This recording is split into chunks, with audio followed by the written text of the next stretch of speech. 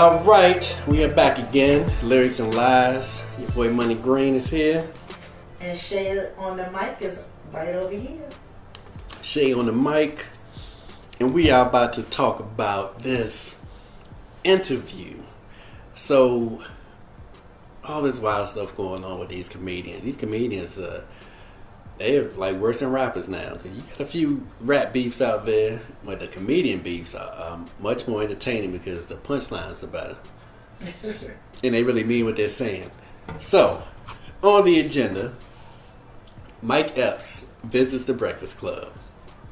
Now, Mike has a few interviews where he really goes in on Kevin Hart and how he feels about him not being funny. Really interesting stuff. I learned a great deal from this interview. Mike Epps went, in all his joking ways, he put some real deep stuff out there about the industry, about how people act. The gatekeepers. Gatekeepers. Keeping it real. He really got into some things, and I'm going to let you know that I actually went a little further with some interviews, but we'll start with Mike, and then we'll bounce some other interviews and compare them with this. So he's talking about how Kevin went at Cat and how he really took things too far. And a good example is how he went at Kevin and how Kevin came back at him. So just on the surface, he said he would get on Kevin about how he looks or what he wearing. And look at your shoes, and look at your skin. Oh, you Lord, such and such. He always tells this joke that Kevin Hart's the only person that he knows that can do a flip underneath a bed. So he always talks about that. He actually does that in his show sometimes. But Kevin comes back with things like, "You're jealous of me. I have more money than you. I'm a bigger success than you." So it goes from jokes to personal. And what can be personal jokes if you're Kevin, depending on how you look at it. It's up for Kevin's interpretation. But that's a good place for Mike Epps to start, because it seems as if he's basically saying if Kevin could joke like that, then he felt that way all along. And for them to be on a level playing field and be cool, all of a sudden when you get a little more than everybody else, you start barking a different way than you were before. That he can't respect that. So that's interesting to me. It was very interesting to me too, because that brought back something that we talked about last week with Kat and Kevin. Mike brought out a lot of things in this segment that he had with the Breakfast Club about how the industry works. There are gatekeepers. There are people who pick who they want to be on their team or not. And I like the way that Mike, he didn't really say no names. He said it in a way that you would understand where he's coming from. And I get what he was talking about between him and Kevin Hart. He was saying, we are comedians. This is our livelihood. This is what we do. We joke. So us joking on each other is something that we do anyway, because that's been happening back since the 70s, back when Richard Pryor, back when Eddie Murphy. That's what we do. For you to take it to a personal level, then there's a problem. And try to affect other people's potentially getting hired. Right. So I get what he was saying, and I like that he said, I do stuff just enough. I don't need to have the fame to the point that I'm going to start acting crazy or act like I can control people's destiny. Right. Or even want to in a bad way. Huh? Or even want to control their destinies in a bad way. Right. So my thing is, and I get what he said, this is people's opinions, and people want to have opinions all day long. I understood from when I made the statement last week about I didn't like how Kat went at Kevin, but when I heard Mike Epps' segment, he was right about you didn't need to go after him about his drug habit or what he does. Keep it on the surface. Just like back in the day when we was in high school, we used to joan on each other. We kept it surface. You ain't get too personal with it. You got on things that you knew about that, we all knew about. You didn't get too personal like, that's why your mother got cancer. See, that's personal. That's going too far. You don't joke on something like that. And I think that the claim that Mike made about Kevin going too far was true, was right. You don't need to go that far on that man's business about that. As comedians, we're supposed to be able to respect each other. We shouldn't cross the line and go too far on people's personal business. Even not as comedians, if you can affect somebody not getting hired, if you put it out there that you're on drugs or you have a very bad habit that stops you from showing up on the job, then that can deter potential employees or producers or studios. That can deter them from hiring you. They say, we don't want to work with him. You hear what Kevin said? And we trust Kevin because Kevin's the golden child. Because that's how Kevin comes across as the guy who doesn't make many mistakes. But he does. He got caught up with his, with a woman in the hotel. But when you mention the gatekeeper part, who gets hired for your job or for this project, you can also think gatekeeping extends to jobs that you're not even working on. So if you know of a job that people are hiring for, we need somebody to do this, we think Cat will be the role, and you're on the side and you're not even a part of that, but you know the person, you might not want to mess with Cat. Because he might bring some drama to your set, or he had a little drug issue or something. You might want to go with somebody else. Go with the next person. That affects him, so it doesn't necessarily have to be something that he's working on. Gatekeeping also works for the gates that are right next to you. Gates that are controlled by people that you have influence over. Correct. So Mike really put it down. He was talking about how much money can you get? What can you actually do with that much more money? He doesn't want to buy another house or bigger house, another car, a newer car, whatever. You can't take the money with you. You can't do anything. You have to pass it on and give it to somebody else. Because what can you do? Yeah, he talked about that too. Yeah, he was right. He kind of did some deep stuff. And what's wild is Cat Williams has won at Mike Epps before. You know what I'm saying? So it's like all three of them really don't see eye to eye. But Cat and Mike, it seems like they're so cool on a certain level that they can at least get along and work together. You know what I'm saying? As opposed to beefing to the point where they don't even get along. They can at least coexist on the set. True. And it's something else that he also said. He was like, I don't have to like you to be able to work with you. If you're a person who your character and your personality will work for whatever role that's going on, we ain't gotta be buddies like that. As long as I think that you're the person for the job, then I'm gonna recommend you. Yeah, not the rollout. And Mike has had a lot of, let's do a stand-up. He talks about doing cocaine and weed. Not even going to include weed with drugs for the most part, but he even talks about snorting cocaine. So he knows how people can be looked upon in the industry, depending on who the information is getting to. So that was cool of him to look out for Cat. Hopefully Kevin will lighten up, because upon watching that interview, the very next interview I watched was Lunell. Lunell was talking about Kevin Hart coming on the set. And she said for a decade or so, whenever she saw him, he'd come give her a big hug. And when they was on this particular set, after he blew up or what have you, he just started saying, "Hey, how you doing?" and walking by. And she was like, "Wait a minute, you a diva now? This little Kevin's a diva now? I can't believe that. And he used to be this and he used to be that, but now he's acting like a diva." So and I wouldn't call her jealous. You know what I'm saying? But people will pour your car when you start acting different. Well, that's with any job. Sometimes when people get up to the top of the ladder, they start changing a little bit and becoming different.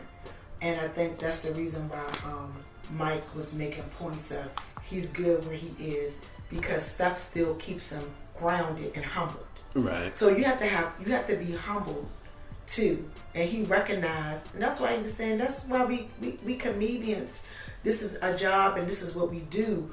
We need to stay grounded because we all was on the same playing field level. I was here at the same time you was here. We both was here. We both struggled to get to this success. So we shouldn't be down on each other. We should be trying to help each other up and raise each other up.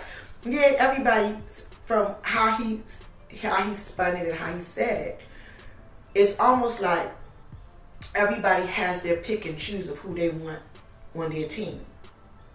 Once you get to a certain level, yeah, you can pick and choose. Who you want on your team. Oh, I don't want that person. No, I'm not going to give that person a chance.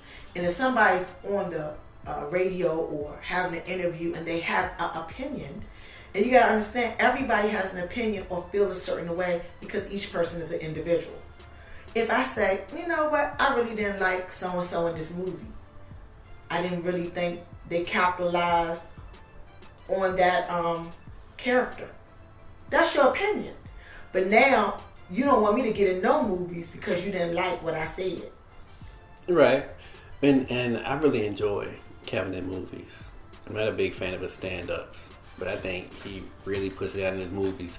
And I'm talking about the entertainment factor. Right. I enjoy him much more as an actor than I do him as a stand-up comedian. But his business acumen and his goals are so lofty. You like that, don't you? They're so lofty and they're so big. So you admire him for that, and then for him to actually get into the system and do what he's doing. I really admire him for that. I admire him for the rock star concerts and everything he's been doing. But sometimes he shouldn't answer certain people when they come at him. Sometimes he gotta let some things ride. And I know in his Breakfast Club interview, he was saying how he's tired of being quiet and being a bigger person. But he's always been clapping back. He's been on Instagram clapping back at Kat and Mike Epps and Michael Blacks, and that's another comedian. And it's not a coincidence that all these people are coming at him and saying something right under the gun. You have to have, like Mike said, you have to have a balance. You have to be balanced. And I think right now, like you said, Kevin Hart is at that rock stage status, and right now he might be so high up here that sometimes something has to bring you down and humble you. And I like Kevin Hart. I have nothing. I like everything about Kevin Hart. I know you like Kevin Hart. You know I like Kevin Hart. Yeah. But I'm a fair person too. I try to be fair about what people are doing, whether I like them or not. You know, there's a lot of people, hopefully, we'll be talking about some other people I like. But I'm being fair about what Mike Epps said about the business, period. You got to be fair in this business, even though it's unfair, but you got to be fair about what you're doing and what you're not doing. Yeah, he clapped back, but the reason why Kevin Hart clapped back this time, and it was more vocal, I think that it got to a point under his skin about what people were saying about him, and he felt he had to say something. Talking about the Cat Williams thing, but I think that took it over the edge because he really went hard on the Breakfast Club. But he was talking about Tiffany. He said that he came hard because of Tiffany, and shots are being thrown at Tiffany or taken at Tiffany. But Cat wasn't mad at Tiffany. Well, Cat was. He used Tiffany. He's indirectly right. hitting Tiffany. He's going at Kevin, but he wants to get at Kevin, via Tiffany through Tiffany. So Kevin has to be smarter in that regard. Mm-hmm. He could easily call these people, but in Kevin's defense, and in defense of anyone who blows up to the point where you're in a $100 million stratosphere after taxes, sometimes you get a little paranoid. Sometimes you're forced to change because you don't know who the next person is. I know, and this is something totally different, but y'all work with me, maybe y'all can see where I'm coming from. But I love giving hugs to women. When this whole Me Too thing went down, and it's still going down, that makes me not want to jump out there. So a woman will have to say, hey, like if I haven't seen somebody in a long time, hey Marlon, how you doing? I'm not giving them a hug. So I recently saw someone that I went to school with in Target. And she said, hey, Mom, how you doing? I said, hey. I didn't match her energy physically. She said, boy, you better give me a hug. It's all good then. But I am not doing any hugs first. So, because of the Me Too thing, having some of us brothers paranoid. I noticed that. I didn't get one. Well, I really don't hug you a lot. I hug Karen. I always hug Karen. But you and I don't really hug. We always been like brothers and sisters. I give you dab and stuff. But I can see how Kevin feels paranoid because he gets up here and he done left some people way down there. And when he sees them, he's not sure where their mind is. You know what I'm saying? That you got love for me still? Are you bothered by this? Are you mad that I didn't take you on tour?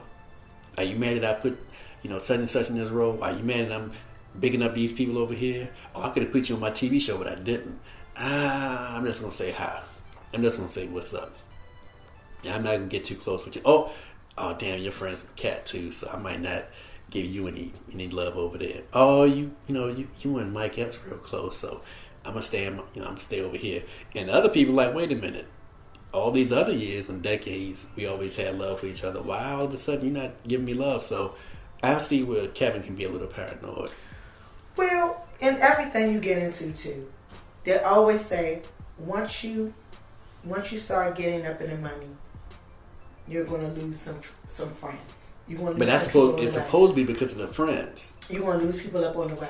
But like you said, I can see that part of it too, that you're not sure who to trust. Mike even made a reference to that too, that it's hard. You don't know who to trust out here anymore. That's why he really don't have a lot of friends in the business.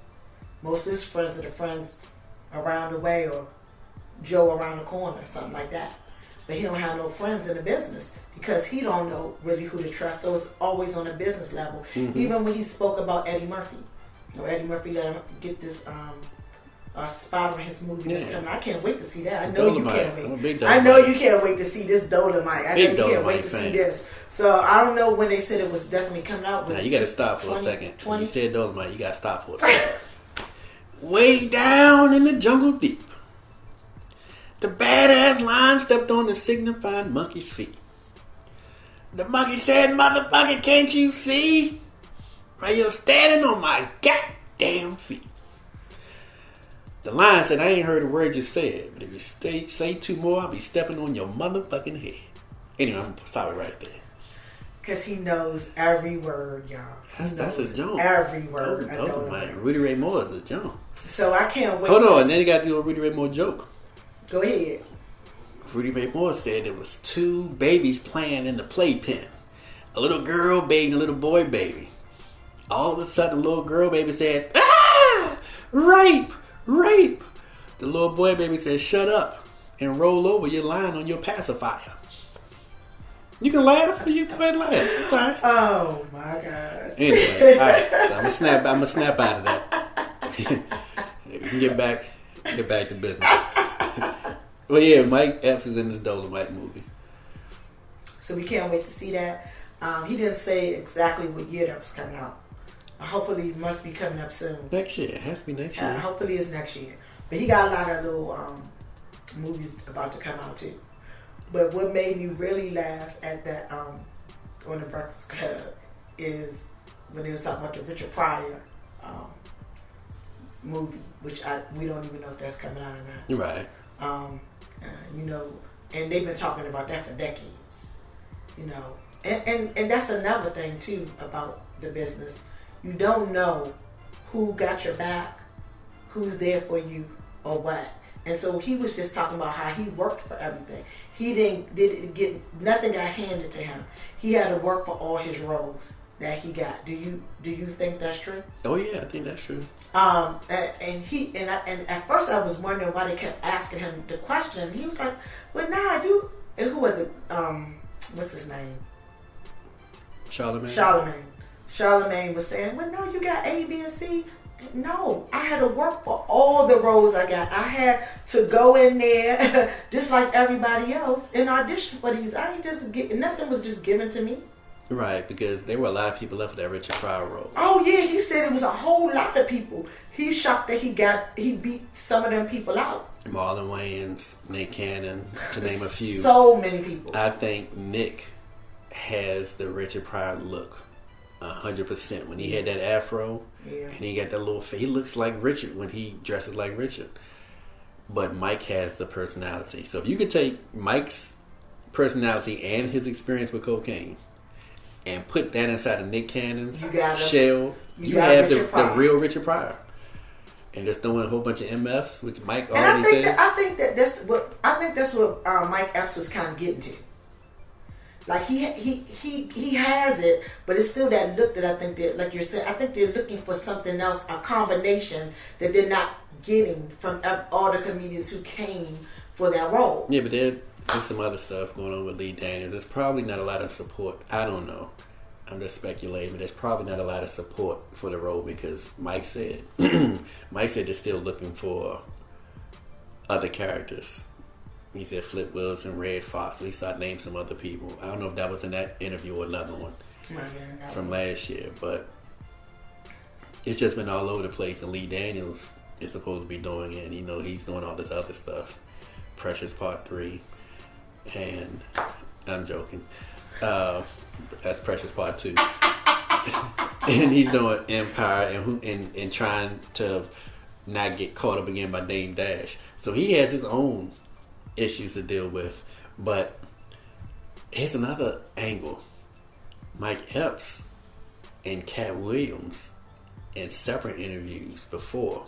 Because this has been some long brewing stuff. Yes, it has. But when you talk about how Mike Epps said he earned everything, people always talk about the conspiracy theories or the boule or how the white people in the industry, the Illuminati in the industry, the entertainment industry, make black men do certain things. They make black women do certain things sexually, but they also make black men do things sexually.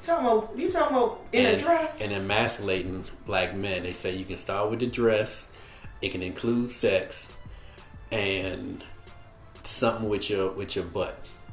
They say that's the key to get into a certain door in the industry. Is that part of gatekeeping? And the Rock. Is that part of gatekeeping? Part of that may be part of gatekeeping before you become a black gatekeeper, according to the conspiracy theories. But the Rock put on a dress. He did.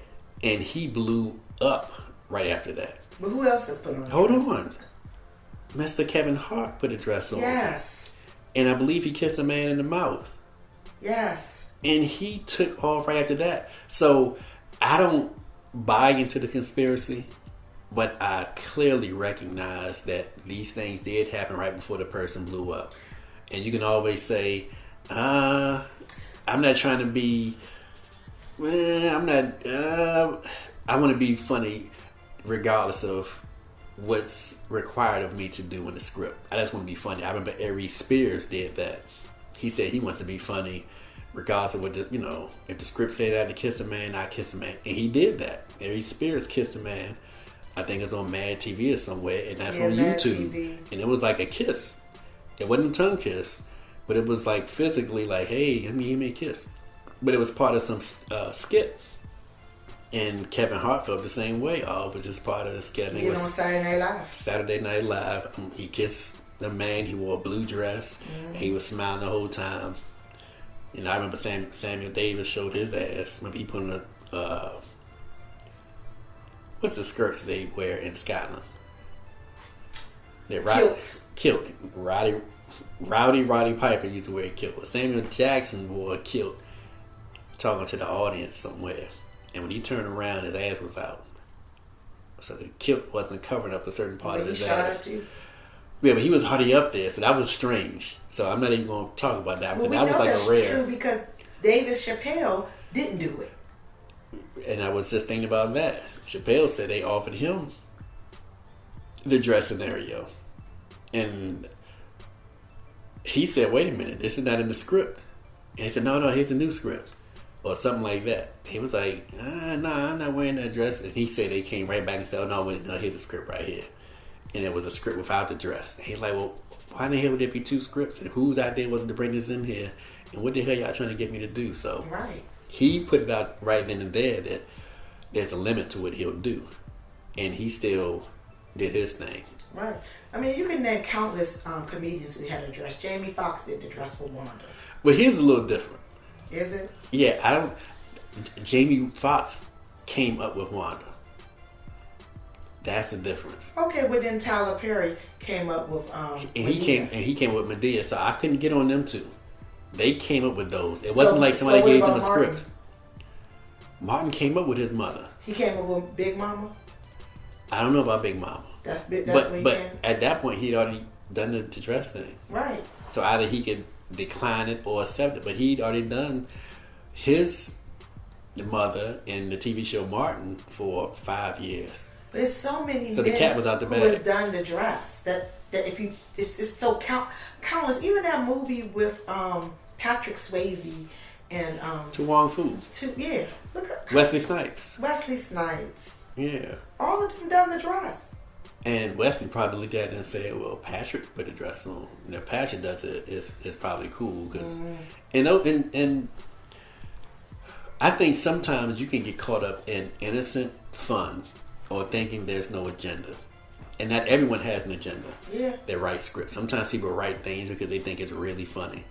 And if one of those scripts come across your path and you do everything, you got away with doing something crazy or wearing a dress, you're a man and you wore a dress, or you kiss another man in a script.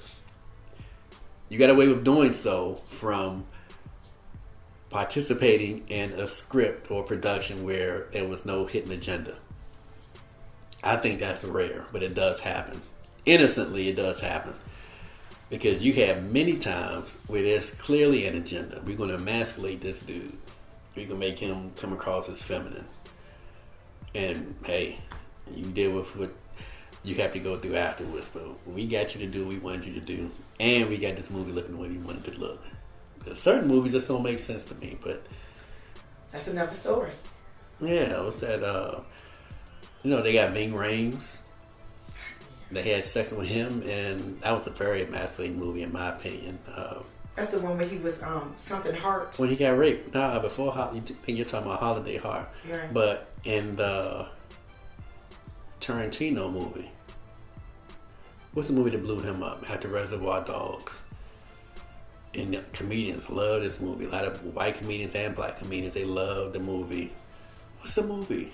With Ving Rhames, Samuel Jackson, John Travolta. I don't know why I can't think of this movie right now. In the internet right now. Because people are saying right now, Pulp Fiction. People right now saying, Pulp Fiction, dumbass. Pulp Fiction, Ving Rhames got raped. Oh, yeah. And I had to sit in that movie theater and watch that, and I lie to you not. That N-word came across so often in that movie. And I actually saw that movie. Look at that again. I saw that movie with old white people. Next to me was this white lady, like she was about in her 60s. And she could not stop laughing. Everything in that movie had her laughing. And white people, well, my girlfriend was to my immediate left. But right next to her were white people. In front of us, white people. Behind us, I can't remember who was behind us. But they thought, and I didn't think Pulp Fiction was funny. But they got a big kick out of it. Jackson part and the way he talked and how he said it, that's what I think they felt that it was funny. No, they laughed at everything. Every single part of that movie? Them white people was going crazy. Wow. Were going crazy, so. But anyway, that's something that, I don't know, it just depends on whether or not Tarantino has an angle. Who knows? But he's always doing the N-word like that. But we're not even getting the N-word. We talk about the Ving Rhames getting raped in that. Then he did Holiday Heart. And then you had Leon do a movie where he was a woman, wasn't it? Well, not a woman, but he was dressed.